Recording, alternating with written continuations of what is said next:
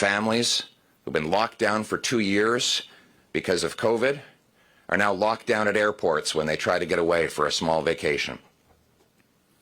Everything feels broken. Oh, I just offended Justin Trudeau. He gets very angry when I talk about these problems. He thinks that if we don't speak about them out loud, that Canadians will forget that they exist.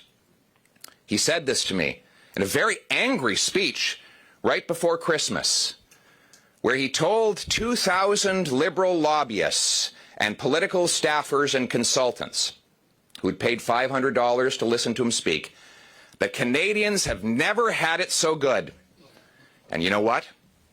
For the people in that room, he's absolutely right. They have never had it so good. The $1,000 a day consultants at McKinsey have never had it so good. In fact, the consulting contracts that he's given up have gone up 100% in the 8 years since he took office. Justin, these people are very grateful to you. That's why they are donating so much to your party. The lobbyists, whose contracts have also increased by 100%, Justin, they've never had it so good either. All of the political staffers around the Hill that are giving out these contracts to their long-term friends, they've never had it so good either. And with your $6,000 a night hotel rooms, you've never had it so good yourself, Justin. But let me tell you something, Justin. There is pain in the faces you do not see. There is suffering in the voices you do not hear. And there is distress and even chaos in the places you do not go. If you don't believe me, come with me over to the local grocery store in East End, Ottawa, where I was last night, where a 60-year-old plus cook came up to me with tears in his eyes to tell me he has to delay his retirement. But you know the thing that really broke him? That he can no longer afford the very ingredients to cook at home that he works with in his job at work. Justin, if you don't believe me, come to Northern Ontario and ask the elderly woman who lives in the cold because your carbon tax has made it too expensive for her to heat her home.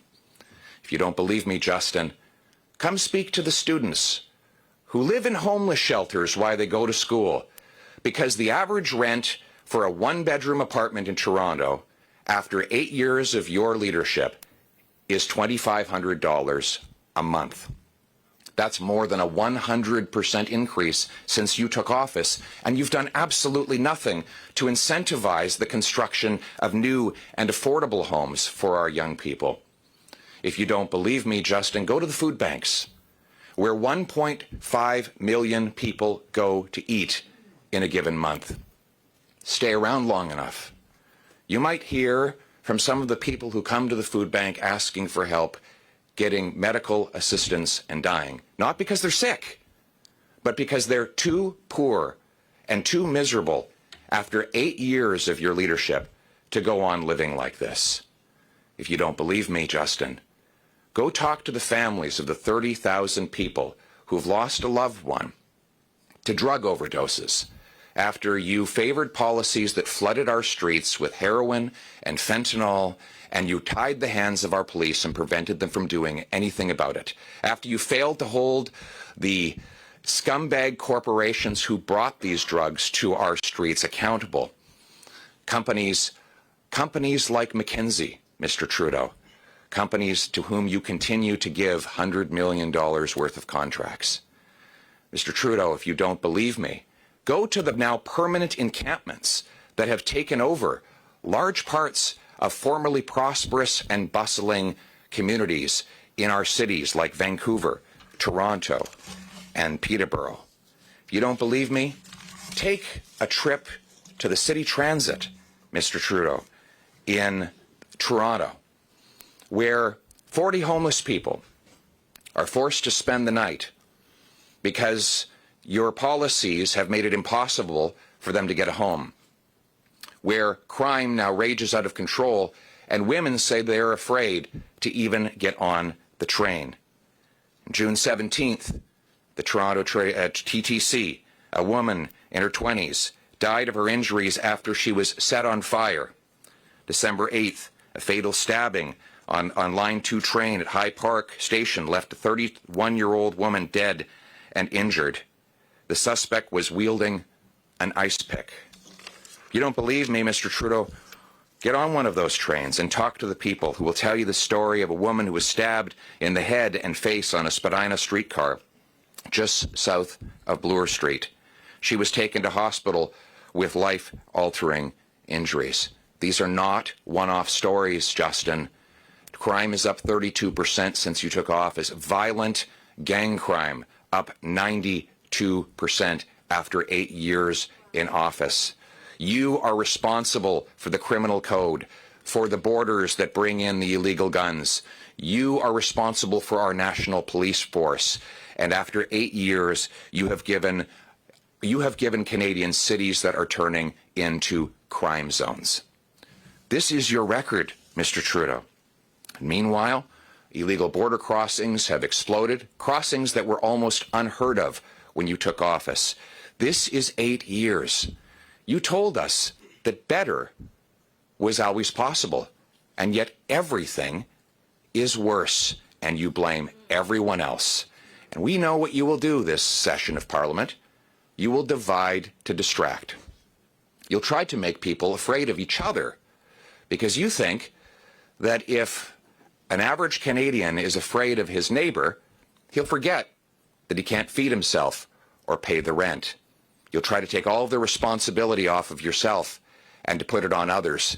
You'll claim you have nothing to do with any of these files, as though, as a federal prime minister, you're not responsible for the federal criminal code. As a federal prime minister, you're not responsible for the chaotic federal airports. That as a federal prime minister, you're not responsible for the $500 billion of federal debt that you have added that led to a 40-year high in inflation. If you're not responsible for any of these things, if you can't do anything about it, then why don't you get out of the way and let someone lead who can?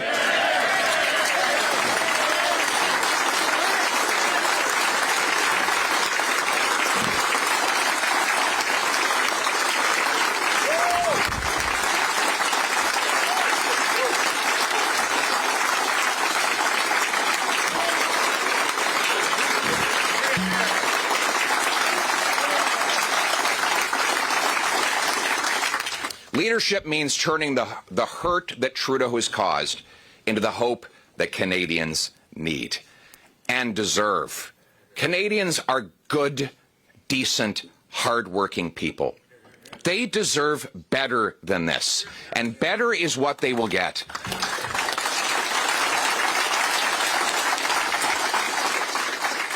Our Poilievre government will cap government spending, cut the waste, and fire the high-priced consultants so that we can put the money back in the pockets of our people.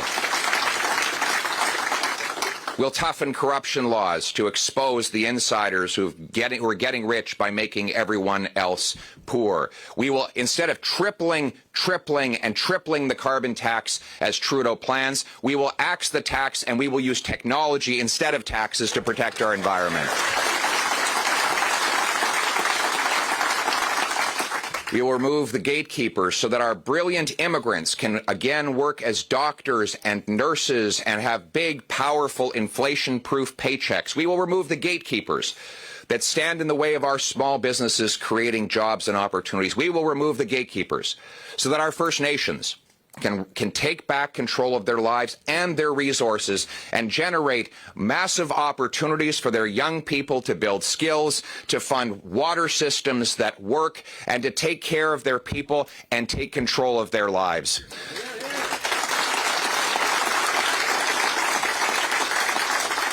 We will divert money that's being wasted targeting law-abiding hunters and anglers and instead use that money to reinforce our borders and keep the smuggled guns out. And we will use that money to provide real treatment and recovery to save the lives of our friends, our neighbors, our brothers and sisters who are suffering with addiction.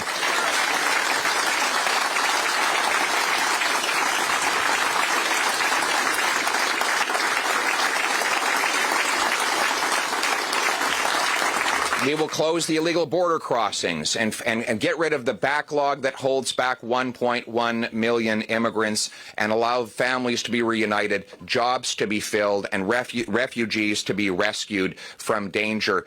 We will restore the hope that Justin Trudeau and his government have destroyed over the last 8 years. We will once again make this a country where hard work pays off, where people keep more of every dollar they earn so that they can get ahead. We will remember that a dollar in the hands of the person who earned it is always better spent than in the hands of the politician or bureaucrat who taxed it. You know, we will restore the hope and the promise that is Canada.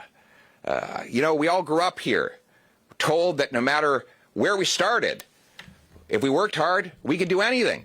And I remember that when I was a kid. You know, my folks adopted me from a 16-year-old unwed mother.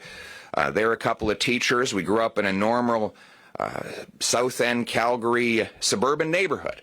But they always taught me that it didn't matter where I came from. It mattered where I was going. It didn't matter who I knew. It mattered what I could do. That is the country to which my wife came as a refugee. That is the country I want my children to inherit. That is the country that we are going to restore for every single Canadian. A country where people are free to earn a living and share the proceeds with their families, free to walk safely in their streets, free to have a secure retirement that they've worked for all their lives. A Canada where people take back control of their lives in the freest country on earth. Now, ladies and gentlemen, let's get to work. Let's bring it home. Thank you.